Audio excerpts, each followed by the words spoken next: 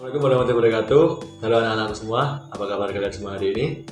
Semoga kita semua tetap sehat dan tetap terlindung dalam nama Tuhan Yang Maha Esa.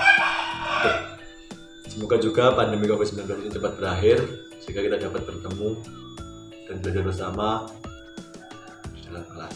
Kembali lagi dengan saya Gigi Utama dalam pelajaran ekonomi.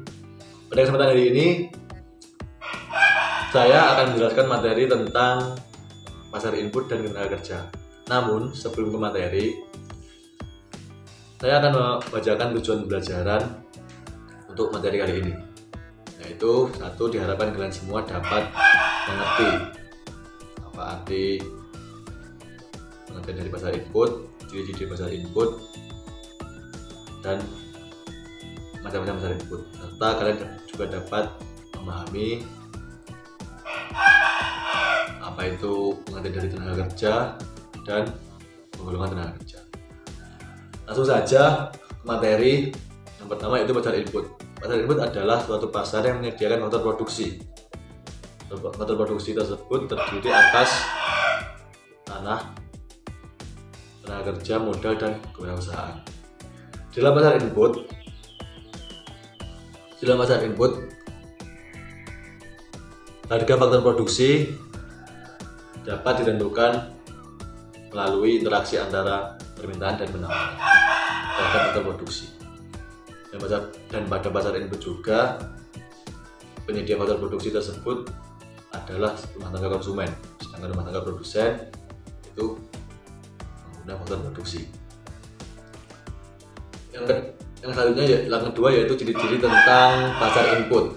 Yang pertama, pasar ini berwujud aktivitas atau kegiatan. Yang kedua, di pasar ini faktor permintaan dan penawaran dilakukan secara besar atau dengan jumlah yang cukup besar.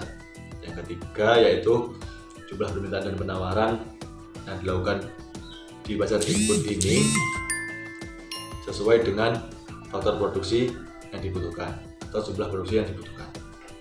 Yang terakhir yaitu penawaran faktor produksi itu bersifat monopolis dengan permintaan bersifat kolektif. Yang ketiga yaitu jenis-jenis pasar input. Yang pertama yaitu tanah atau sumber daya alam. Faktor produksi sumber daya alam yang terdiri atas kekayaan alam yang terkandung dalam tanah, air, dan udara biasanya disebut dengan natural resources. Nah, jumlah tanah itu adalah tetap, maka penawaran akan tanah juga tetap. Namun permintaan akan tanah terus meningkat sehingga jumlah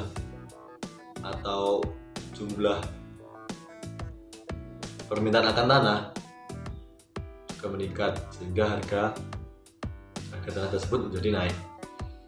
Faktor-faktor yang mempengaruhi faktor produksi tanah atau harga tanah meningkat yaitu pertama, kualitas tanah atau kesuburan tanah. Yaitu semakin subur atau semakin bisa ditanam atau bisa digunakan, maka harga tanah tersebut juga semakin tinggi. Yang kedua yaitu letak geografis suatu tanah juga mempengaruhi kenaikan harga tanah atau permintaan harga tanah. Tingkat tanah akan naik apabila dekat dengan pusat kota, sedangkan jika jauh dari pusat kota maka kualitas atau harga tanah juga akan menurun. Nah, itu sebabnya harga tanah di desa dan di kota itu berbeda, lebih mahal di kota.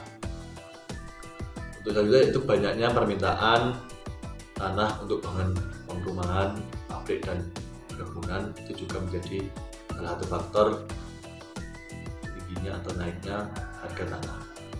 Yang kedua yaitu tenaga kerja atau SDM atau sumber daya manusia adalah semua tenaga kerja baik jasmani dan rohani, terdidik atau tidak terdidik, yang melakukan kegiatan produksi barang atau jasa atau bisa disebut dengan human resources. Nah, sumber daya manusia atau tenaga kerja ini sangat berpengaruh atau memiliki peran penting dalam proses produksi.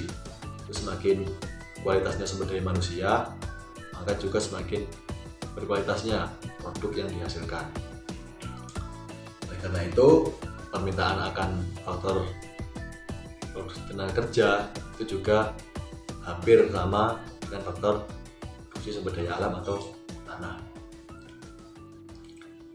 Ada beberapa faktor yang mempengaruhi permintaan dari tenaga kerja, yaitu pertama kemajuan teknologi dari suatu negara tersebut mempengaruhi permintaan akan tenaga kerja, karena jika suatu negara memiliki kemajuan teknologi tinggi, maka permintaan akan tenaga kerja yang dapat melaksanakan atau dapat mengerti teknologi tersebut juga akan banyak. Yang kedua yaitu banyak sedikitnya jumlah yang dihasilkan dalam suatu perusahaan. Jika dalam suatu perusahaan itu dapat menghasilkan produk atau hasil barang yang banyak, maka otomatis perusahaan tersebut membutuhkan tenaga kerja yang cukup banyak pula. Yang ketiga yaitu tinggi rendahnya laba dari perusahaan tersebut juga mempengaruhi faktor permintaan dari tenaga kerja. Semakin tinggi laba dari perusahaan, maka semakin banyak juga tenaga kerja yang dibutuhkan. Yang ketiga adanya investasi dari pengusaha. Yang selanjutnya atau yang ketiga yaitu pasar modal. Pasar modal itu tempat yang ditawarkan atau tempat dihasilkannya modal untuk memulai suatu usaha.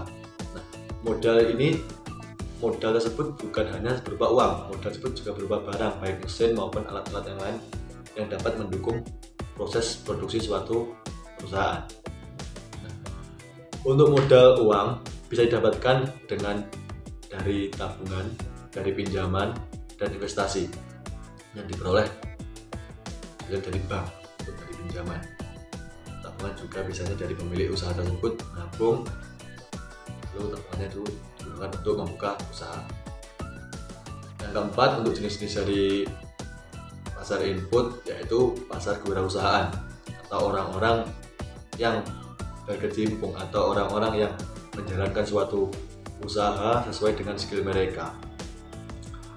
Pengusaha mempunyai peran penting dalam pengorganisasian faktor-faktor produksi, baik sumber daya manusia, sumber daya alam, modal, untuk melaksanakan proses produksi dan mendapatkan hasil yang maksimal. Maka suatu pengusaha atau wirausahawan itu harus memiliki skill atau kecakapan dalam pengorganisasian faktor-faktor produksi guna dapat menentukan atau dapat menghasilkan faktor atau menghasilkan hasil produksi yang maksimal dan apa yang maksimal juga. Oke, lanjut untuk materi selanjutnya yaitu tentang pengklasifikasian tenaga kerja atau penggolongan tenaga kerja. Sebelum ke penggolongan tenaga kerja, yang pertama yaitu tentang pengertian tenaga kerja. Tenaga kerja adalah menurut Undang-Undang Nomor 13 Tahun 2003 Bab 1 Ayat 2, orang yang mampu melakukan pekerjaan guna mencukupi kebutuhan sendiri maupun masyarakat disebut dengan tenaga kerja. Nah, jadi orang yang mampu bekerja dan menghasilkan uang untuk mencukupi kehidupannya sendiri maupun masyarakat disebut dengan tenaga kerja. Nah, selanjutnya yaitu tentang penggolongan tenaga kerja. Penggolongan tenaga kerja digolongkan jadi 3, yaitu berdasarkan usia, jumlah penduduk, dan berdasarkan keahlian dan pendidikannya. Yang pertama yaitu tentang batas kerja atau jumlah usia, ya, pengelompokan ke usia, yaitu angka kerja atau penduduk yang berusia di atas 15 tahun sampai 64 tahun yang mampu bekerja, bisa bekerja, sedang mencari pekerjaan, atau sudah memiliki pekerjaan. Biasanya contohnya yaitu anak yang baru lulus sekolah, mahasiswa, dan ibu rumah tangga. Untuk berdasarkan penduduknya, jumlah penduduk yang bisa bekerja namun tidak sanggup bekerja jika tidak ada penawaran kerja. Itu contohnya yaitu penduduk yang bawah usia 15 tahun, anak-anak, dan di atas 64 tahun lansia. Yang ketiga berdasarkan keahlian dan pendidikannya. Nah, berdasarkan keahlian dan pendidikannya ini juga dibedakan lagi menjadi 3, yaitu tenaga kerja terdidik dan terlatih. Terlatih dan terdidik yaitu mereka yang memiliki keahlian untuk melakukan suatu pekerjaan yang mereka dapatkan. Keahlian tersebut mereka dapatkan dari pendidikan formal maupun non formal. Contohnya guru, dokter, dan pengacara merupakan tenaga kerja terlatih dan terdidik. Yang kedua, tenaga kerja terlatih tidak terdidik atau terlatih saja, yaitu tenaga kerja yang mempunyai keahlian berdasarkan pengalaman kerja, itu berdasarkan pengalaman atau otodidak atau bisa sendiri atau dari kemampuannya diri sendiri dan diolah sendiri, tidak terdidik. Contohnya yaitu mekanik, apoteker, dan juga bisa, dan lain-lain. Yang terakhir yaitu tenaga kerja atau pengelompokan tenaga kerja berdasarkan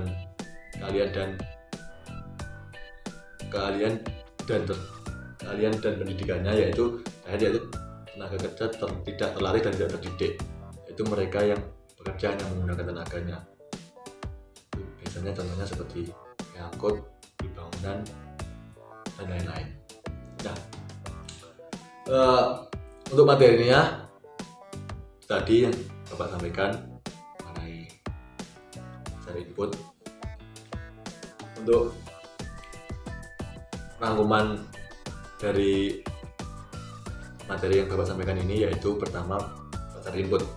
Input adalah suatu pasar yang menyediakan faktor produksi berupa tanah, pasar modal, pasar sumber daya manusia, dan pasar perusahaan. Untuk ciri-ciri dari pasar input, pertama yaitu di dalam pasar input, pasar tersebut bersifat kegiatan atau aktivitas, tidak bersifat fisik. Yang kedua yaitu pasar input, faktor permintaan dan penawaran bersifat cukup besar jumlahnya. Yang ketiga yaitu jumlah permintaan dan penawaran sesuai dengan hasil yang diberikan atau hasil produksi yang diberikan. Yang keempat yaitu penawaran atau produksi bersifat monopoli, sedangkan permintaan bersifat kolektif. Nah, selanjutnya yaitu jenis-jenis pasar input. Jenis pasar input yaitu adalah pasar tanah atau sumber daya alam, yaitu pasar atau produksi sumber daya alam yang memiliki sumber daya alam, kekayaan alam yang terkandung dalamnya. Terus seperti tanah, air, dan udara itu merupakan faktor produksi yang sangat penting dalam berjalannya proses produksi. Adapun faktor-faktor yang mempengaruhi harga tanah yaitu letak tanah, kesuburan tanah, dan banyaknya permintaan untuk pembuatan pabrik dan perkebunan. Yang kedua yaitu pasar tenaga kerja atau pasar sumber daya manusia. Itu semua orang, baik rohani maupun jasmani, terdidik atau tidak terdidik, yang dapat bekerja atau dapat melakukan kerja untuk melaksanakan proses produksi kegiatan maupun barang dan jasa. Untuk faktor-faktor permintaan dari faktor produksi atau faktor sumber daya manusia yaitu satu, meningkatnya teknologi suatu penduduk, banyaknya produk yang dihasilkan, tinggi rendahnya laba yang dihasilkan oleh perusahaan, dan adanya investasi dari perusahaan tersebut atau pengusaha. Yang keempat yaitu pasar modal. Ketiga pasar modal yaitu tempat ditawarkannya modal, baik uang maupun barang. Yang kelima yaitu keempat yaitu pasar kewirausahaan, yaitu setiap orang yang mampu mengorganisasikan atau mampu menjalankan suatu usaha dengan mengalokasikan atau menggunakan faktor produksi secara baik dan maksimal guna memperoleh faktor produksi atau hasil produksi yang maksimal juga. Yang selanjutnya yaitu tentang pengklasifikasian atau pengelompokan sumber tenaga kerja, yaitu yang pertama itu tenaga kerja adalah setiap orang yang mampu bekerja menghasilkan uang guna mencukupi kebutuhan sendiri maupun masyarakat, disebut dengan tenaga kerja. Yang kedua, penggolongan tenaga kerja dibedakan menjadi tiga, yaitu berdasarkan usia atau batas kerja. Yang kedua berdasarkan jumlah penduduk. Yang ketiga berdasarkan keahlian dan pendidikannya. Di dalam berdasarkan keahlian dan pendidikannya itu juga dibedakan menjadi tiga, itu tenaga kerja terdidik dan terlatih, dan tenaga kerja tidak terdidik dan tidak terlatih. Baik, itu tadi materi yang Bapak sampaikan. Semoga kalian paham dan mengerti tentang materi yang Bapak sampaikan tentang materi pasar input dan tenaga kerja hari ini. Bapak pesan untuk kalian untuk tetap semangat belajar dan tetap jaga kesehatan. Semoga kalian semua tetap sehat, belajar. Semoga pandemi COVID ini juga cepat berakhir Akhir kata, Bapak akhiri. Wassalamualaikum warahmatullahi wabarakatuh.